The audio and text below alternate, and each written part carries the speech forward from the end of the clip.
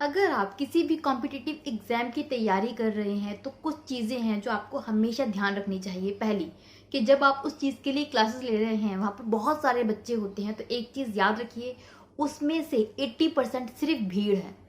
उसमें सिर्फ 20% ऐसे बच्चे होंगे जो एक्चुअली ही तैयारी कर रहे हैं, जो सीरियस हैं।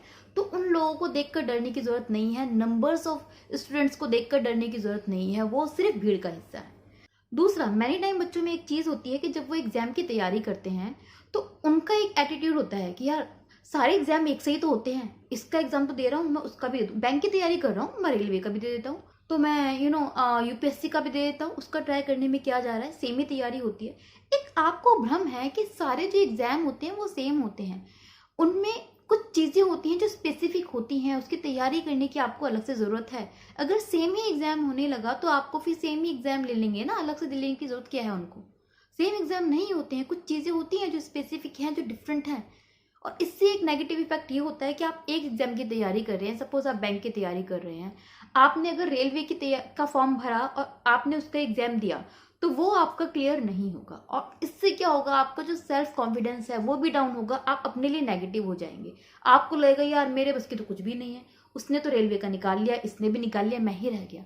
तो इसमें आपकी कमी ये नहीं है कि आप पढ़ते नहीं है, कमी ये है कि आपने इसकी तैयारी नहीं की थी।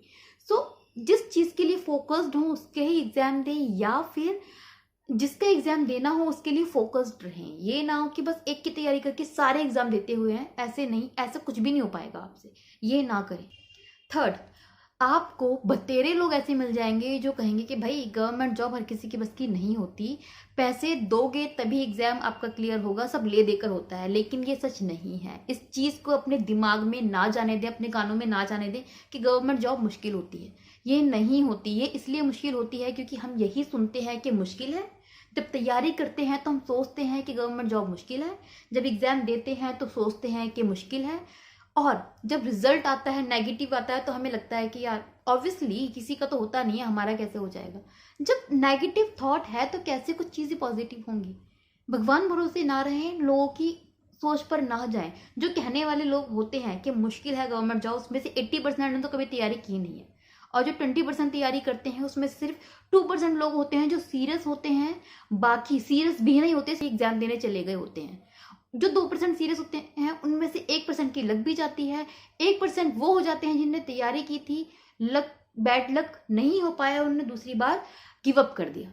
तो नहीं सोचे किसी के बारे में यार। तो अपने ऊपर बिलीव करें, अपने ऊपर ट्रस्ट करें। बहुत सारे लोग गवर्नमेंट जॉब लेकर घूम रहे हैं, ऐसे ऐसे लोग बहुत सारे हैं जिनका एक बार में, एक अटेम्प्ट में, सिंगल अटेम्प्ट में जिन्होंने यूपीएससी क्लियर किया है, क्योंकि उनको पता है वो कर लेंगे, इसलिए कर पाते हैं।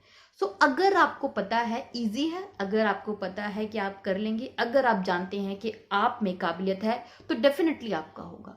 अगर आपको लगता है कि नहीं आपके बस की नहीं है, फिर आप कितने भी एग्जाम दे लीजिए, नहीं होगा। तो सबसे पहले अपने दिमाग में एग्जाम को पास कीजिए, अपने अंदर ये सोच के रखिए कि हाँ इजी है, हो जाएगा, बस मेहनत की जरूरत है। जब तक ये मेंटालिटी नहीं होगी आप कोई भी एग्जाम पास नहीं कर पाएंगे। सो 3 चीजें, दूसरे की बातों पे ध्यान नहीं देना है, लोगों को देखकर डरना नहीं है, और अपने ऊपर बिलीव करना है। इन 3 चीजों को आप ध्यान रखिए और डेफिनेटली आपका कोई भी एग्जाम क्रैक होगा। Best of luck.